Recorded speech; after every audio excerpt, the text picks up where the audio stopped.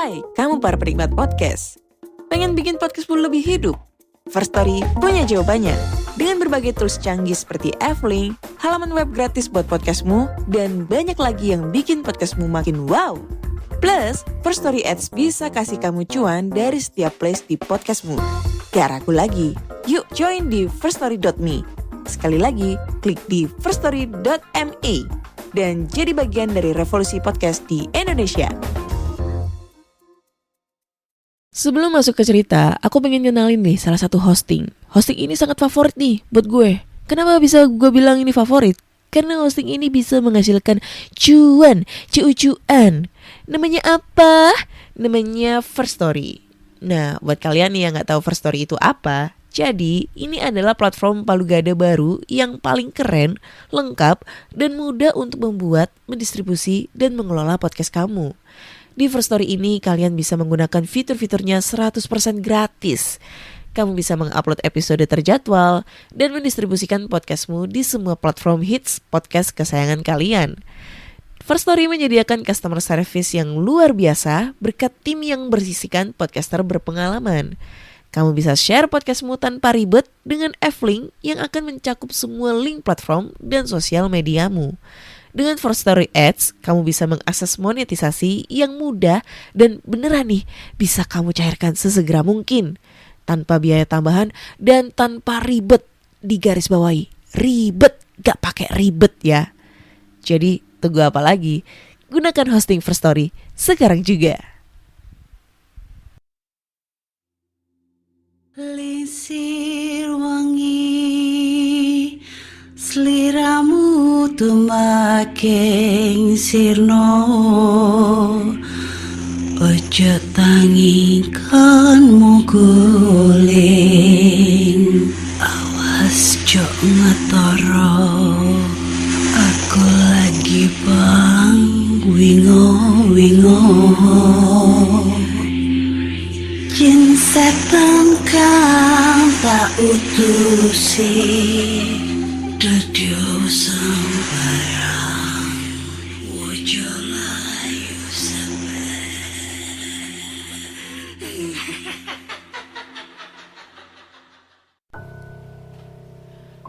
Hai Rek, ya apa kabar? Ketemu lagi dengan aku si Ana di podcast kisah horor. Kita bertemu di episode 243.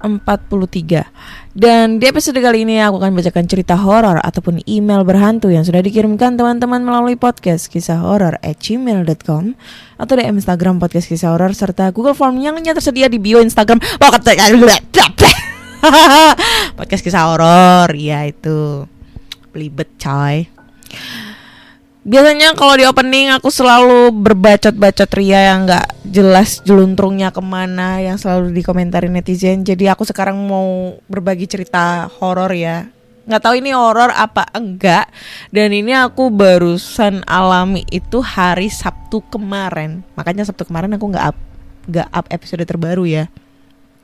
Jadi ceritanya gini.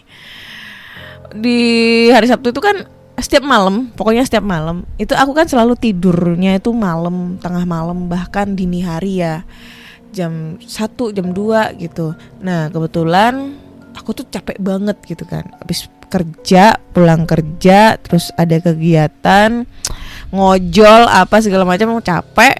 Akhirnya tidur itu sekitar jam 1 malam lah ya.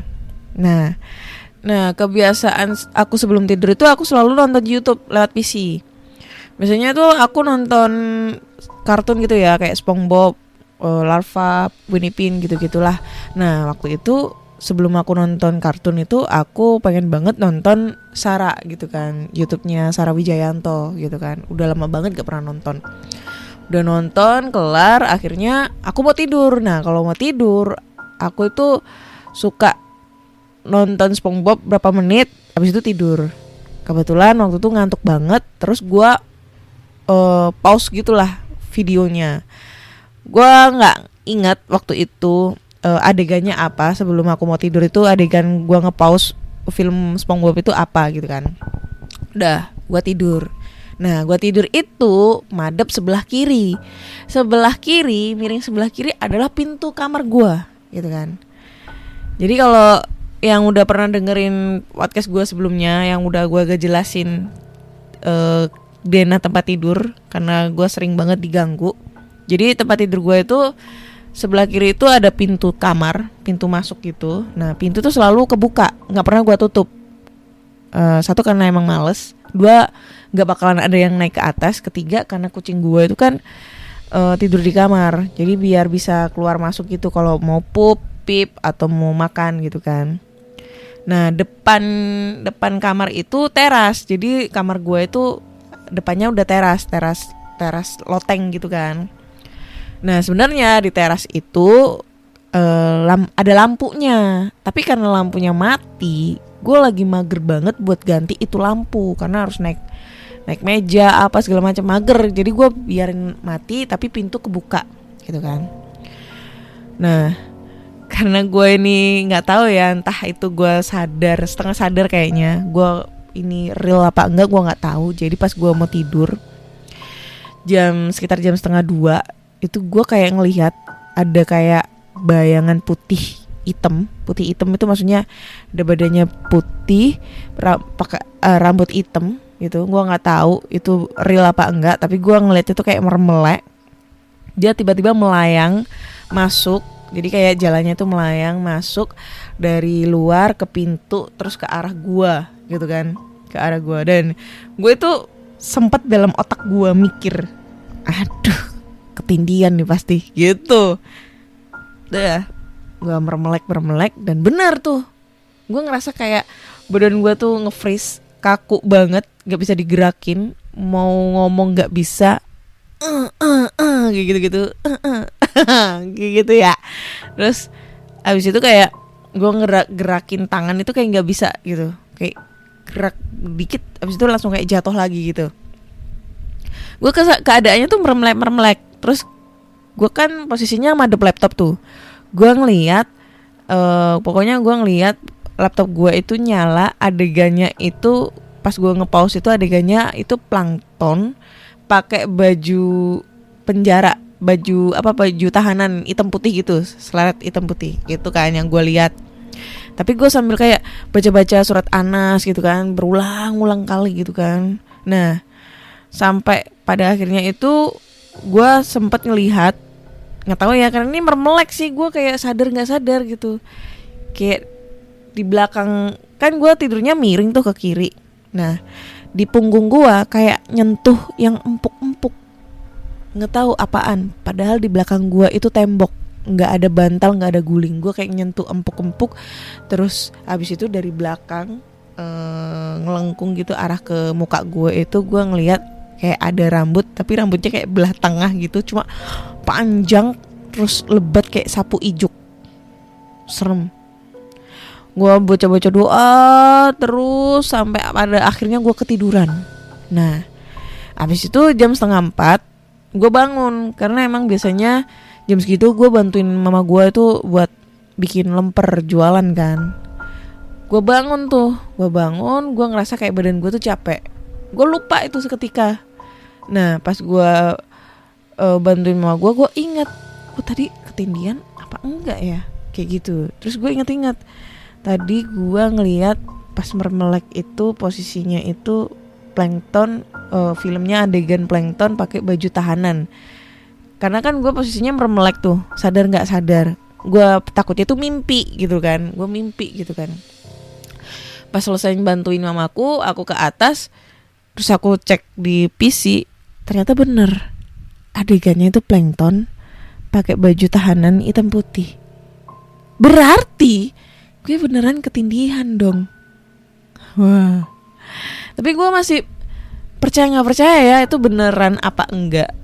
Tapi kayak ngelihat sosok bayangan secara remang-remang gitu melayang dari arah pintu masuk ke dalam kamar, itu kayak beneran real banget gitu.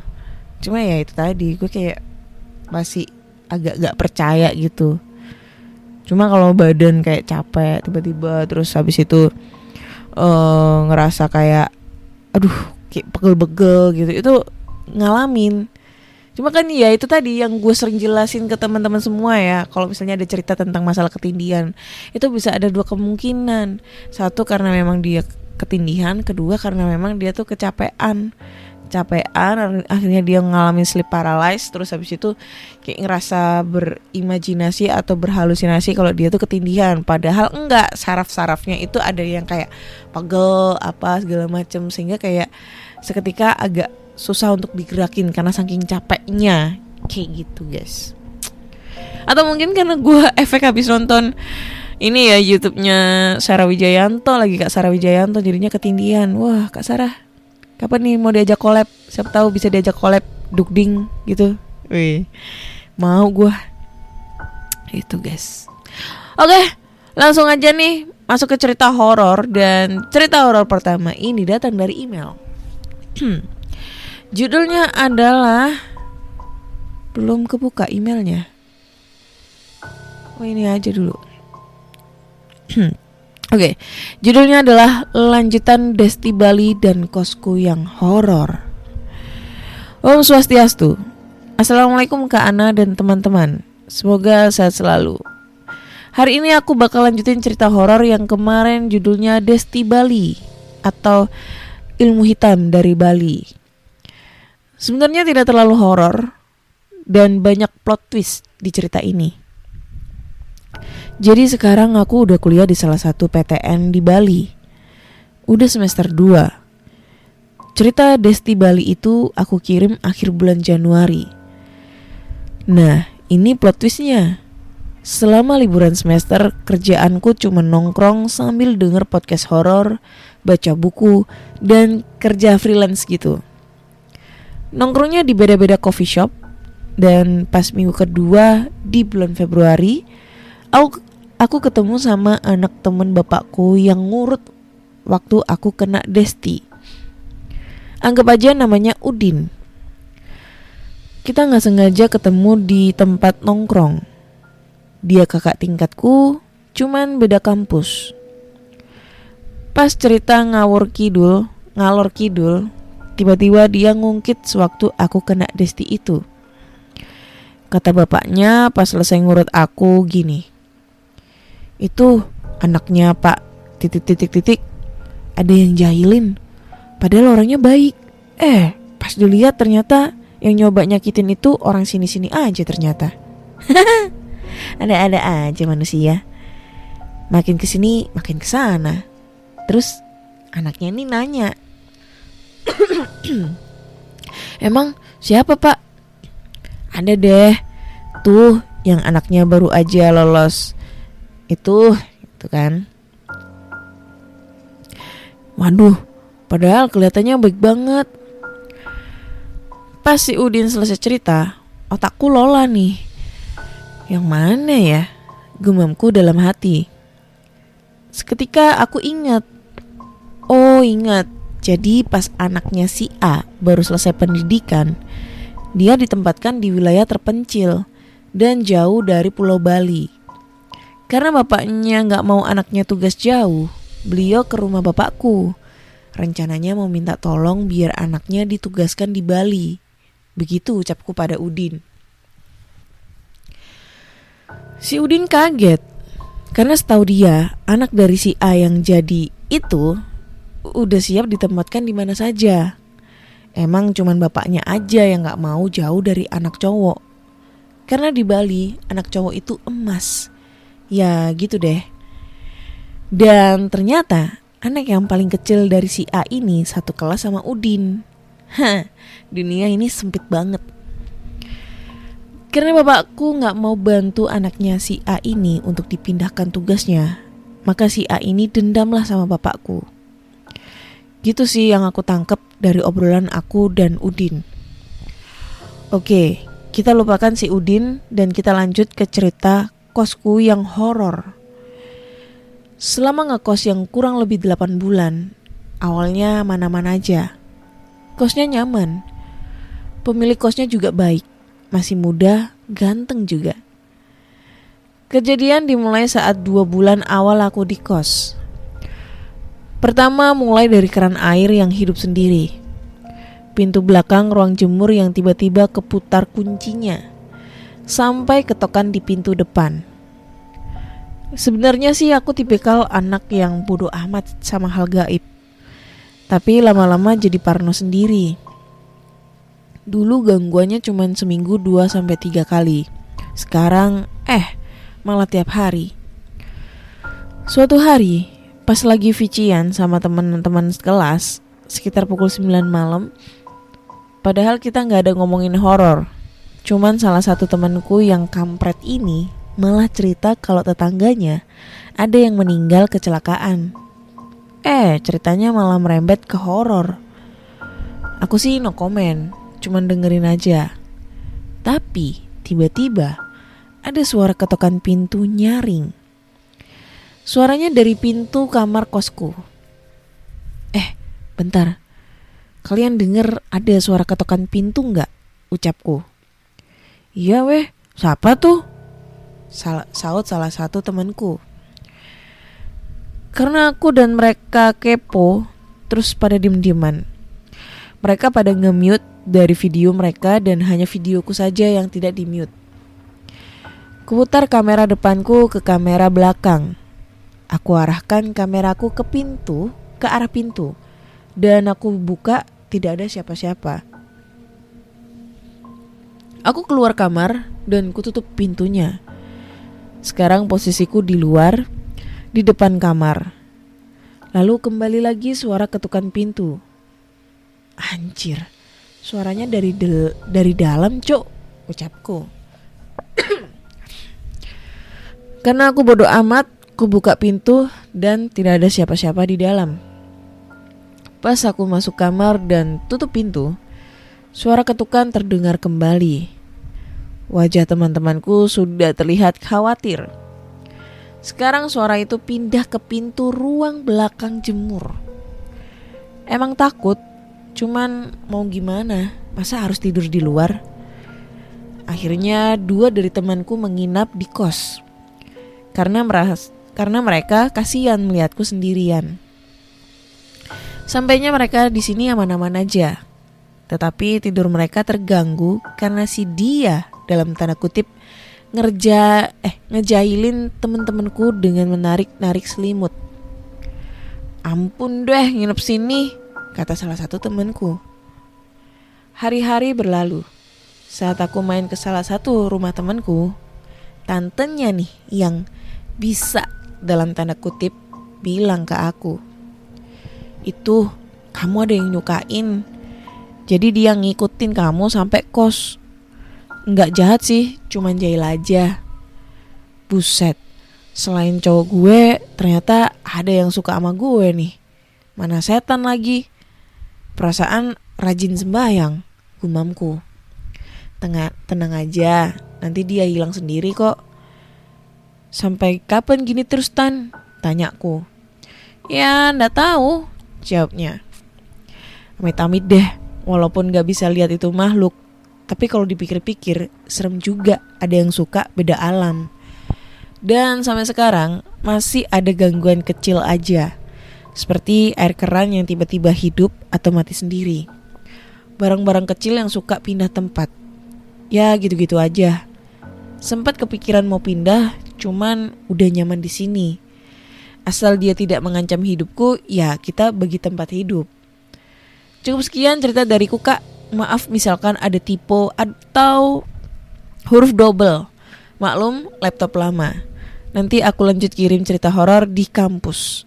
Om Santi Om. Oke. Thank you ceritanya. Siapa namanya? Ayu ya. Dulu pernah dia kirim cerita, judulnya gak salah itu Ilmu Hitam dari Bali. Nah ini lanjutan ceritanya dia nih. Lumayan serem sih ya. Gue pernah yang namanya ketempelan. Bukan ketempelan sih, gue gak pernah ngerasain apa-apa. Cuma dulu kayaknya gue udah pernah cerita nih ini. Pada saat gue masih suka explore tempat terbengkalai. Kata dari teman aku yang bisa ngeliat. Dan ini yang ngomong gak satu tapi 2 orang. Dan mereka tuh gak kenal. 2 orang ini gak saling kenal. Cuma omongan mereka tuh sama, bahwa aku ada yang ngikutin cewek pakai baju merah.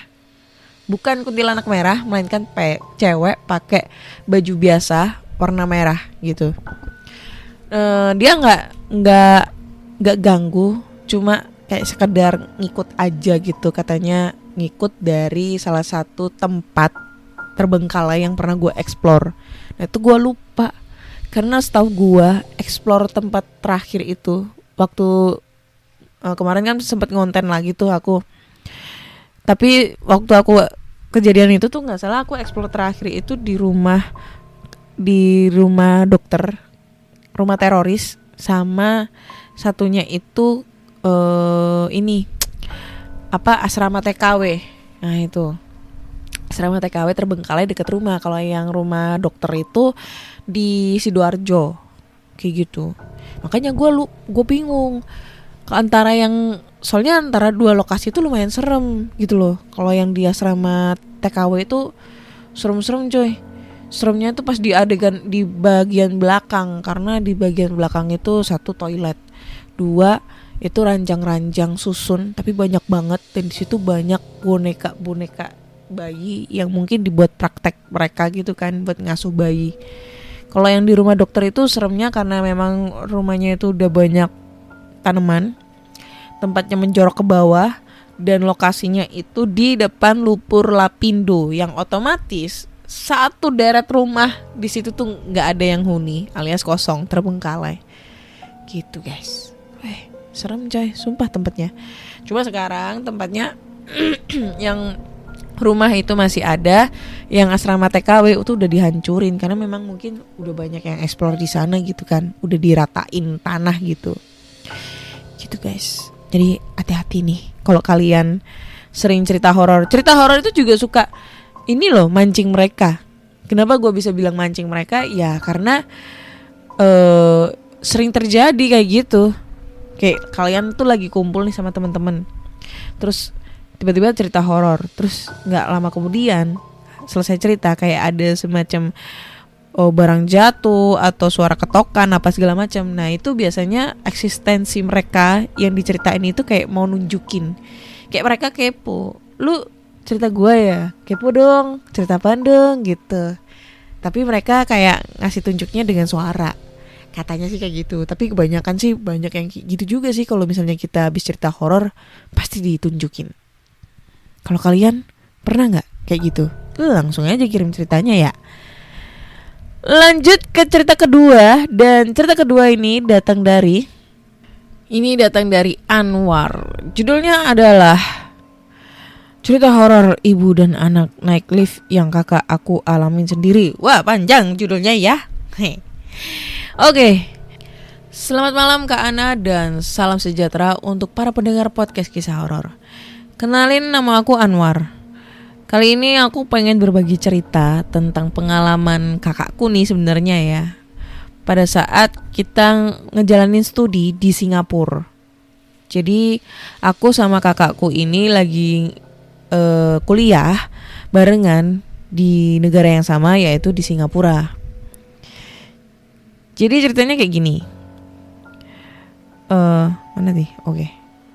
Oke, jadi dulu aku sama kakak aku sama-sama kuliah di Singapura, dan kita tinggal di Condo lantai 6. Dan di Condo ini juga cerita inilah lahir. Condo ini memang rada tua umurnya, tapi selama aku tinggal di sana nggak pernah ada kejadian horor. Nah kakak aku nih yang mungkin memang lagi sial, ngalamin kejadian yang mungkin nggak pernah pengen dia alamin lagi. Jadi biasanya aku sama kakak aku ini memang jarang banget pulang cepet ke rumah. Kita itu biasanya pulang subuh karena tugas kuliah yang rata-rata kita kerjain bareng teman-teman di luar rumah.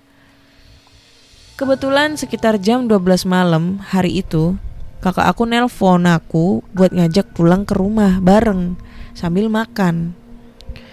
Jarang-jarang nih, walaupun kita satu rumah, tapi jarang banget kakakku itu ngajak aku pulang bareng. Tapi berhubung di hari itu sekitar hari Selasa atau Rabu, aku juga gak bisa pulang cepet karena tugas masih numpuk banget. Jadinya kakak aku itu pulang sendirian. Singkat cerita, kakak aku tuh pulang seperti biasa naik taksi karena MRT sama bus pasti sudah pada tutup jam segitu. Menurut kakak aku, dari lobi Condo dia sudah ngerasa hawa yang cukup dingin. Dan di lobi Condo itu entah hanya perasaan dia atau entah memang benar begitu. Tapi ya aku anggap ini mungkin hanya perasaan dia aja. Dan mulailah dipencet lift untuk naik ke lantai 6 Condo tempat kita tinggal. Dan berhubung sudah malam, pasti cepet kan liftnya itu naik. Karena gak begitu banyak orang yang make pastinya. Lalu kakak aku pencet dah tuh lantai 6. Dan dipencet juga tombol untuk cepet nutup. Karena dia udah capek banget dan pengen cepet istirahat. Tapi ada kejadian aneh di lift ini. Dia setiap udah mau nutup pasti terbuka lagi. Setelah itu dicoba lagi pun kejadian yang sama keulang lagi. Dan akhirnya kakak aku keluar lift untuk lihat apa dan ada apa. Kenapa kok lift ini gak nutup? Apakah ada yang pencet-pencet dari luar? Kayak gitu. Nah pas dilihat kiri kanan itu gak ada apa-apa. Dia juga gak berpikiran aneh-aneh. Karena ini kejadian biasa atau mungkin juga karena liftnya udah mulai tua. Jadi kakak aku coba buat nutup lagi. Nah kali ini agak berbeda. Karena kali ini memang ada yang nahan lift itu. Masuklah seorang anak kecil dan ibu-ibu ke lift yang sama. Ya, kakak aku sama sekali gak berpikir aneh-aneh. Walaupun sebenarnya aneh. Karena beberapa detik yang lalu kakak aku baru lihat keluar lift. Itu gak ada siapa-siapa. Dan kenapa tiba-tiba ada orang masuk begitu aja? Tapi mungkin karena efek terlalu lelah ya. Jadi kakak aku tuh gak berpikiran ada yang aneh. Di perjalanan mereka naik ke lantai 6, kakak aku sambil mejem tiba-tiba dipanggil sama anak kecil itu. Dia bilang gini, "Kak, tolong dong nganterin ke lantai 21, lantai atas buat pencetin bel rumahnya. Karena aku gak bisa menjangkau tempat bel yang tinggi." Gitu kurang lebihnya ya, pakai bahasa Inggris sih waktu kakak aku kesana. Nah, karena tempat belnya emang rata-rata tinggi di Condo dan emaknya ini juga lagi tangannya itu lagi diperban atau digips kedua-duanya. Jadi alhasil kakakku ini ngomong nih ke adik kecil itu. Sebenarnya dan dia bilang, "Ya udah, ayo aku anterin ke atas." Sebenarnya sih kakak aku tuh mikir kenapa enggak ketok aja gitu sama dia, kan bisa. Tapi karena kakak aku tuh ngelihat anak kecil ini kasihan dan keadaan ibunya ini juga lagi tangannya nggak bisa ngapa-ngapain, akhirnya kakakku tuh nganterin tuh. Akhirnya dipencetlah lantai 21 sebelum lantai 6 itu kembali pintunya kebuka. Nah, sepanjang perjalanan ke lantai 21, kakak aku tuh agak ngerasa horor. Karena ibu ini tuh hanya diem terus sambil nunduk dengan kedua tangannya yang memang digips lalu ditutupi jaket tebal. Nah, buat cairin suasana, kakak aku ini iseng-iseng nanya-nanya ke ibu ini. "Udah lama Bu tinggal di sini?" Dan banyak lagi yang ditanya. Tas bahasa sehari-harinya pakai bahasa Inggris, bahasa Melayunya agak jarang. Lalu ibu ini menjawab tanpa nanya balik, tapi pertanyaan kakak aku ini tentang tangannya yang digips itu, dan ibu ini menjawab karena tangannya ini digips karena kecelakaan parah. Dia kasih tahu dia habis ditabrak truk. Nah, yang buat kakak aku agak horor lagi, ibu ini ngejawab dengan kepala nunduk terus tanpa natap ke arah kakakku. Jadi kayak kok bisa gitu, kakakku mikir ketabrak truk tapi tetap bisa jalan, yang luka cuma tangannya aja. Tapi ya kakakku kan gak mikir aneh-aneh ya, karena mungkin dia pengennya tuh cepet sampai ke lantai 21, nganterin dia ke rumahnya, terus balik lagi ke lantai 6 ke kamarnya dia gitu. Jadi gak nanya-nanya lebih detail lagi kan. Akhirnya sampailah mereka di lantai 21. Dan anak kecil itu nunjukin jalan ke rumahnya yang gak jauh dari lift itu. Dan sampai di depan pintu rumahnya, mulailah kakak aku tuh pencet bel rumahnya 5-6 kali. Tapi gak ada yang buka juga pintunya. Akhirnya kakak aku bilang ke anak kecil ini, coba telepon orang yang di dalam rumah, mungkin ketiduran. Lalu anak ini bilang kalau HP dia dan HP-nya mamanya ini udah hancur dilindas truk pas kecelakaan yang nyebabin tangan mamanya ini digips. Dalam hati kakak aku tuh mulai bertanya-tanya, berarti anak ini juga terlibat kecelakaan itu. Tapi kok bisa gak kenapa-napa?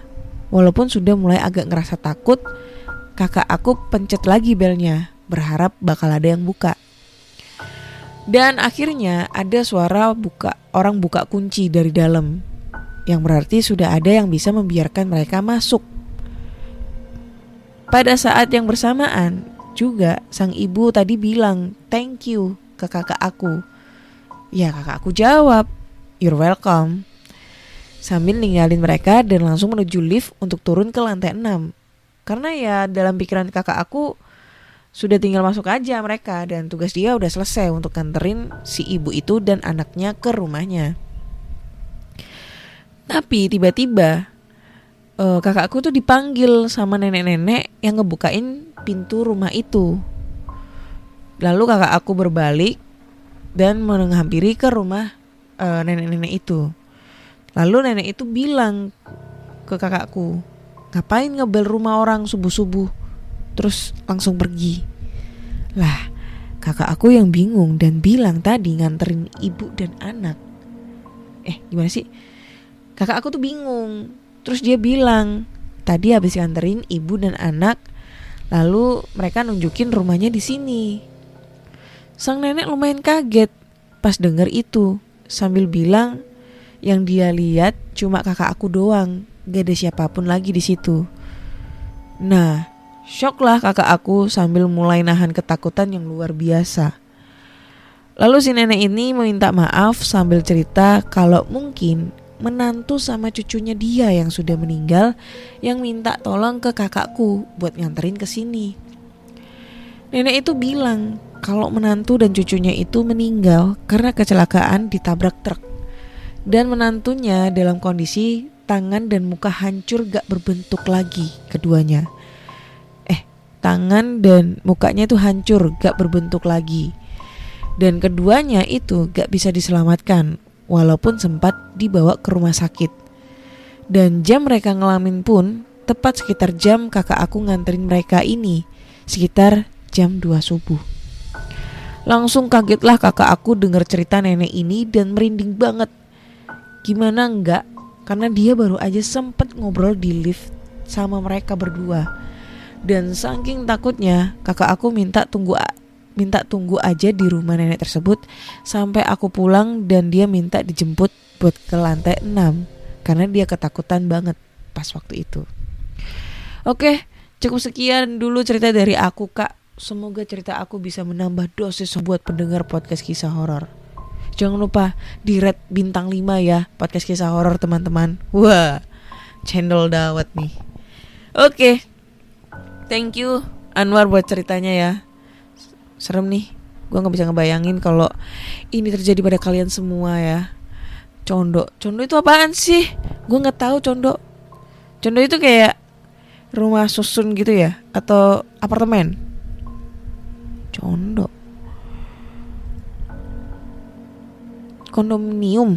Kondominium itu. Apaan sih? Oh iya, apartemen. Kayak apartemen lah, rumah susun gitulah ya. Serem sih, karena dia ngalaminnya di apartemen atau di rumah susun. Dan kita udah pernah ngalamin cerita horor di apartemen atau rumah susun. Itu udah berapa kali ya? Lumayan lah, ada sekitar 3 atau 4 cerita lah tentang pengalaman horor di sana. Waduh. Dan ini terjadinya di Singapura, coy. Dan kita tahu ya, Singapura itu banyak banget tempat-tempat terbengkalai di sana. Sebenarnya gue pengen banget ke Singapura, pengen explore di sana. Cuma katanya di sana itu penjagaannya sangat ketat banget. Maksudnya tempat yang horor-horor itu, tempatnya terbengkalai itu dijaga ketat dan nggak boleh orang sembarangan buat masuk ke sana. Gitu. Baru kali ini kita dapat cerita dari Singapura ya. Sebelumnya kita pernah dapat cerita di Taiwan, lalu di Prancis, habis itu di Australia, kemudian di mana lagi ya? Di Malaysia ya. Lalu ini sekarang di Singapura. Belum kita dapat di Bangkok ya, Bangkok. Gimana nih menurut kalian? Ceritanya serem gak? Kalau menurut aku dari cerita pertama dan cerita kedua ini sama-sama seremnya, tapi cerita kedua ini gue nggak bisa ngebayangin kalau di situ tuh posisinya itu adalah gue ya di dalam lift. Anjay. Gue pernah banget yang namanya kalau setiap gue tidur di hotel ya, gue nginep di hotel atau gue datang ke suatu gedung yang tinggi, gue selalu ngecek atau mall ya, gue ngecek angka tombol lift. Biasanya itu angka 4 sama angka 13 itu nggak ada. Nah, gue nggak tahu mitosnya apa angka 4 sama angka 13 itu. Aduh.